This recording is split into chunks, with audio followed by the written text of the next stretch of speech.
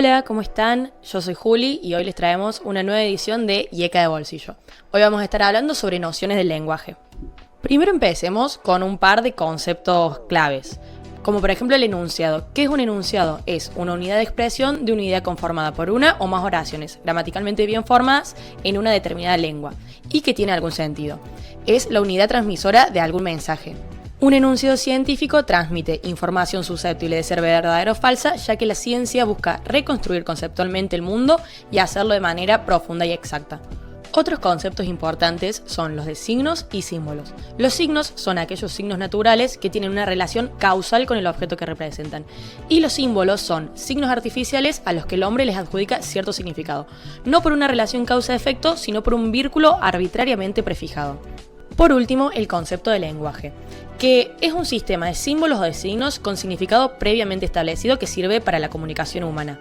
Los hombres se comunican transmitiéndose mensajes mediante algún sistema de signos. Es un sistema de símbolos porque lo consideramos un conjunto de conceptos relacionados entre sí funcionalmente. El lenguaje es básicamente convencional. Su valor depende del consenso entre los integrantes de un grupo determinado. Decimos que es un sistema de símbolos porque nos referimos a que los símbolos deben estar ordenados en una cierta estructura orgánica y tener atribuida cierta función propia como forma del lenguaje. Ahora pasemos a los elementos de la comunicación. Estos son el emisor, el receptor, el mensaje y el código, que es el elemento que permite la circulación de los significados del mensaje. El lenguaje, por ejemplo, funciona como un código. Otro concepto importante es el de semiótica, que es la disciplina que tiene como objeto los códigos. Estudia los elementos representativos en el proceso de comunicación y tiene 3 niveles de análisis. Primero, la sintaxis, que estudia la combinación de los signos con independencia de su significado, o sea, las reglas de combinación de las palabras para una oración gramaticalmente bien formada. Después, la semántica, que se centra en los signos en relación a su significado, o sea, la relación entre la palabra y la cosa que la palabra nombra.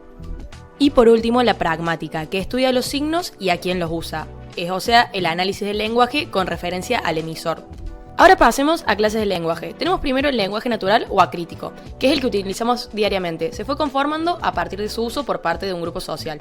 Nos lleva a considerar incluso como naturales los significados que les establecimos a las palabras. Después tenemos el lenguaje artificial. Son lenguajes especializados que podemos caracterizar de críticos. Críticos porque fueron construidos mediante la reflexión sobre el instrumento lingüístico y especializados en tanto cada disciplina crea su lenguaje. Es el lenguaje utilizado por el discurso científico y se divide en dos.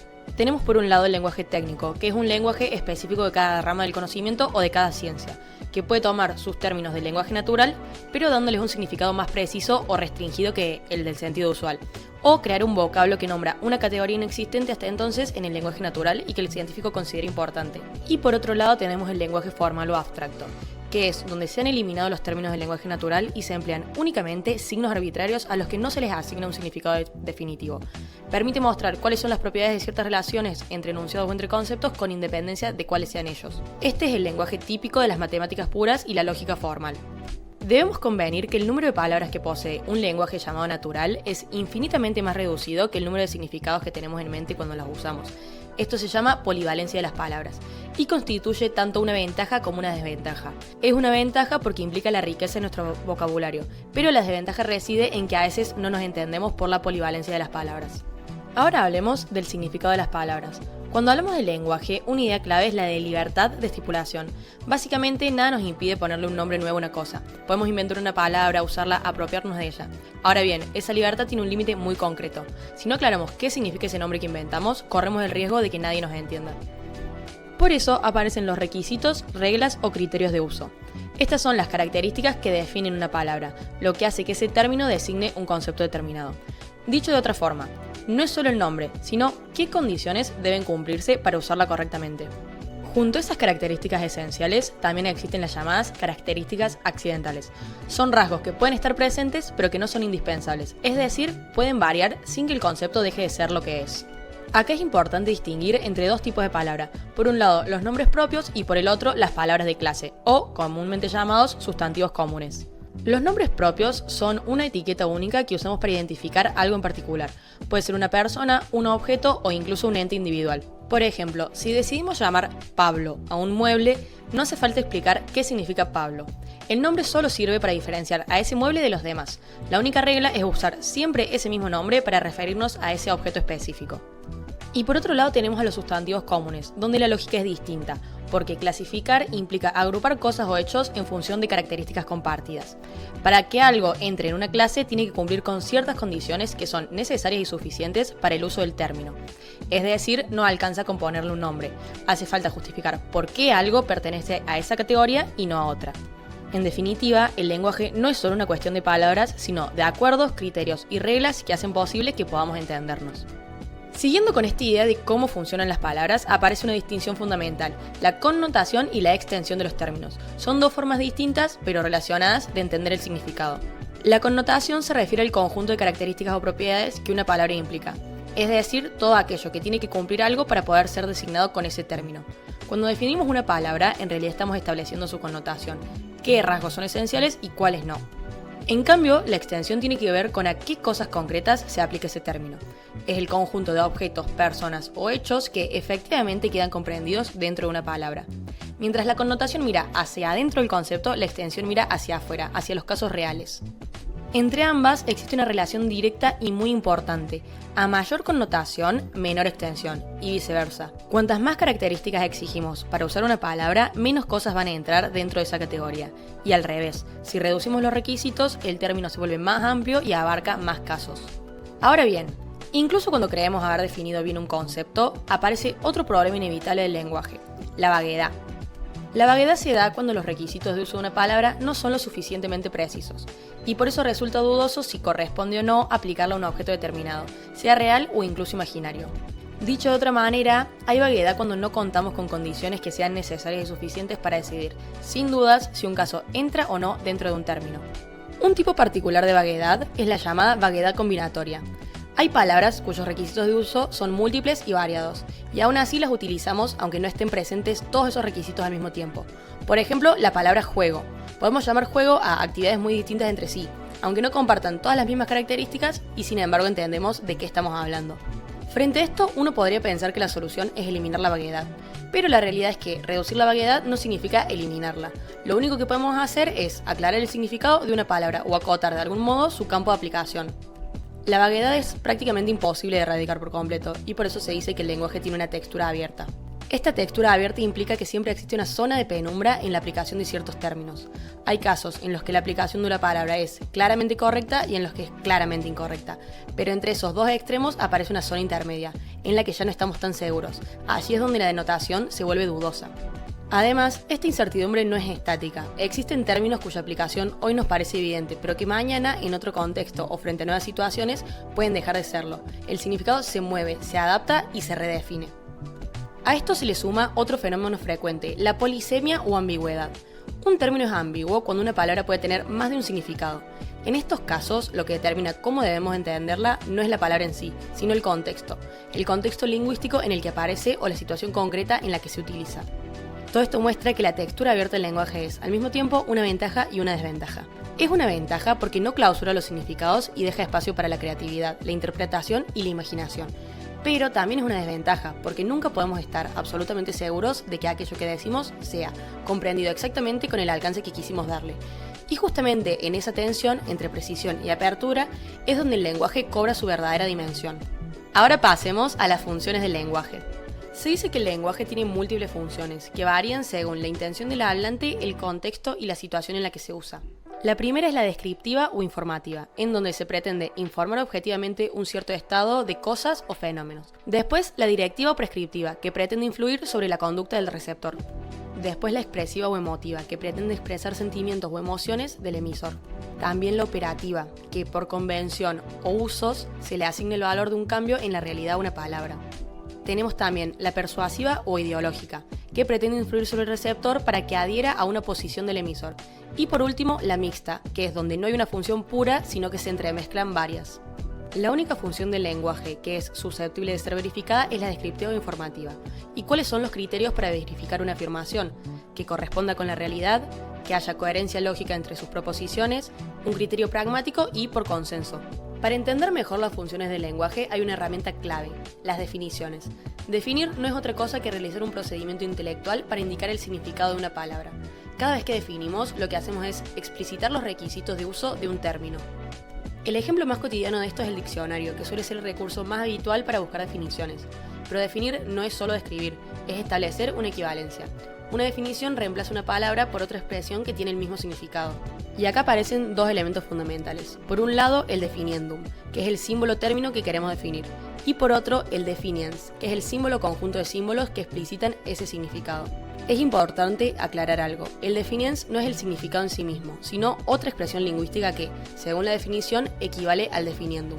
Las definiciones cumplen varias funciones. Sirven para contrarrestar las limitaciones del lenguaje natural, eliminando ambigüedades y reduciendo la vaguedad. También permiten explicar teóricamente un objeto o una entidad, introducir nuevos significados a un término e incluso influir en las actitudes del receptor. Además tienen una función cultural muy importante, enriquecer el vocabulario.